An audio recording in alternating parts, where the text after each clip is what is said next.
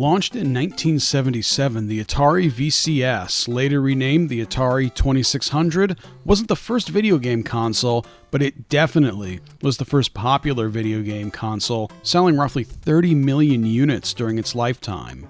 It initially sold moderately well, but with the release of a port of Taito's arcade game Space Invaders in 1980, the console's popularity exploded.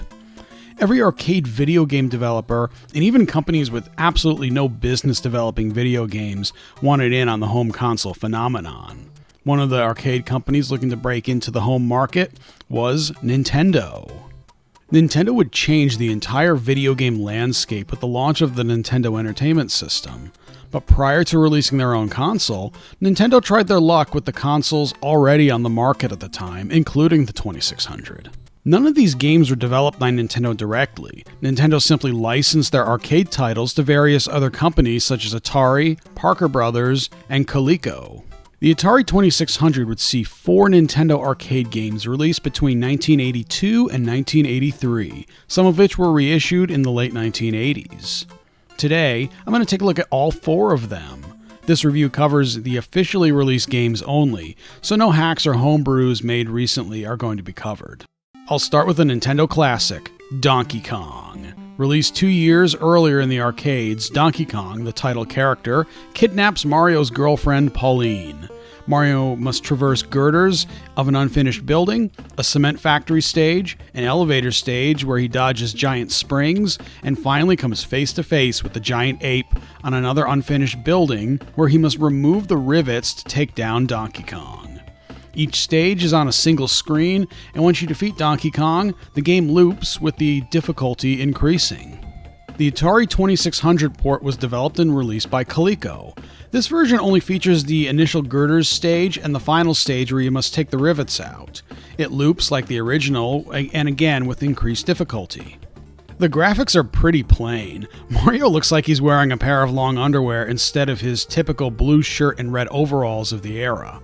Most of the sprites only contain a few frames of animation, and for some reason, Donkey Kong's sprite only moves while you're moving Mario. The asymmetrical lines of the girders on stage 1 is very impressive, as it's not something the Atari 2600 was initially designed to draw on screen.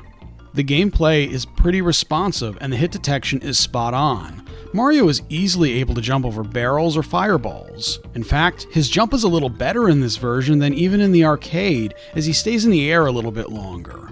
This is one of the games that I grew up with, and I have a lot of nostalgia for this one. Even though it's missing half the game, and the graphics look pretty primitive, even for an Atari game, I still really like this version.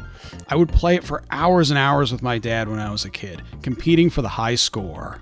There's a rumor I've seen a lot on the internet that Coleco intentionally made this version bad in order to sell more of their competing console, the ColecoVision, which featured a much superior version of the game.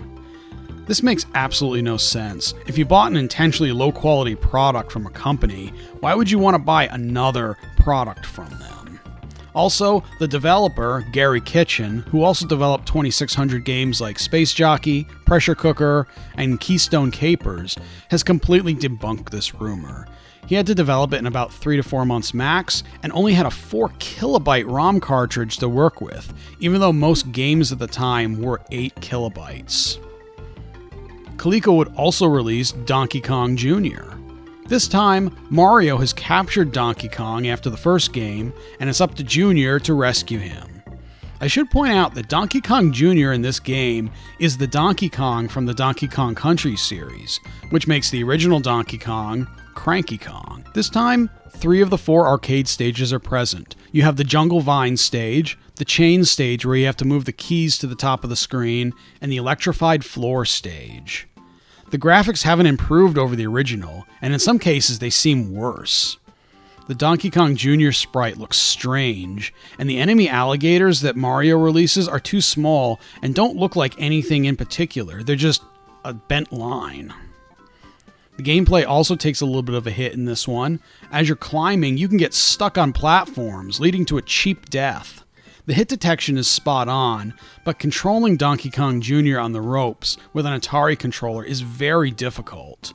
Also, the AI sends alligators to whatever rope you're on, so it can be very time-consuming waiting for an opening, especially on the lock stage. It may be that I'm just more accustomed to the original Donkey Kong, but this one feels a lot harder too. Overall, it can be fun, but I'd rather stick with the arcade or NES version of this game. Next, we have Popeye. This is one of the few Nintendo games to feature a licensed property instead of an original one. Parker Brothers would release this one for the Atari. You play on a single screen, just like Donkey Kong. The goal is to collect all the items that Olive Oyl throws to you, all the while avoiding Bluto and projectiles such as bottles, skulls, and vultures. Each stage also has a power-up in the form of spinach. Popeye can punch away the projectiles, but touching Bluto will kill him instantly. Only by running into Bluto while you have the spinach can you defeat him, but only temporarily. Levels include the docks, the city, and a pirate ship. The graphics are a mixed bag. The sprites are large and detailed, though they only have one color. It almost looks like they're in silhouette, and you can easily distinguish Popeye, Olive Oyl, and Bluto. Each stage also makes use of a lot of different colors, which I really liked. Unfortunately, everything else lacks detail. The spinach is just a flickering green rectangle, and the bottles, vultures, and skulls are all just the same orange rectangle. They don't even have a unique color to differentiate each other.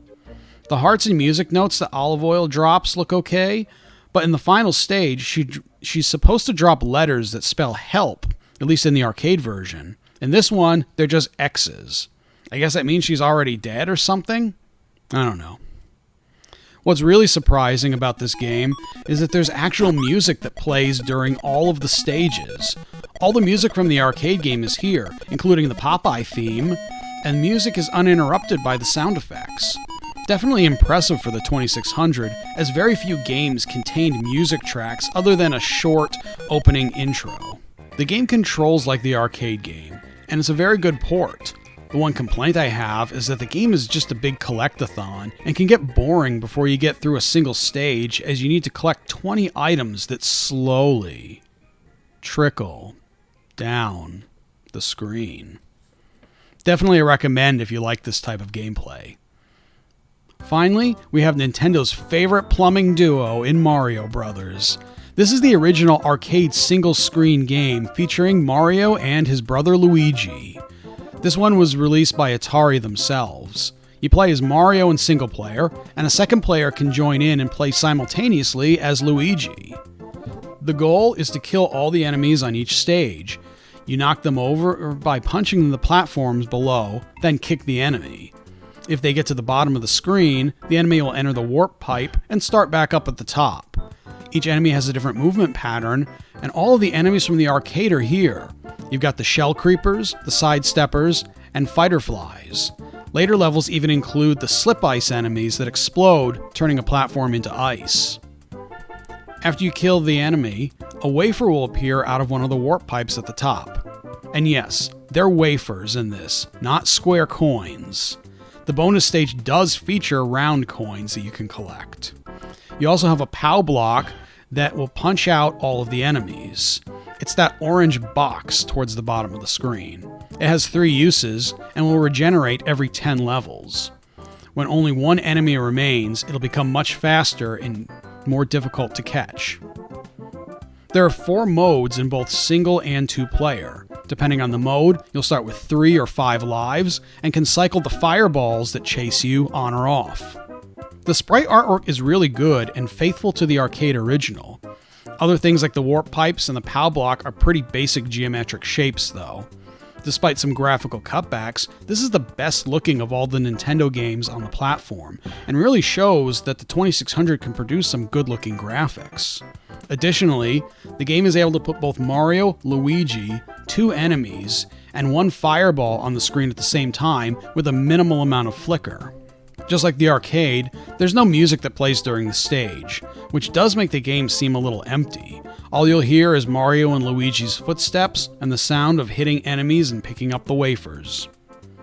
Mario and Luigi have the same momentum issues as the arcade. It takes them a little bit to get going, and after releasing the joystick, they'll slow down to a stop instead of instantly stopping.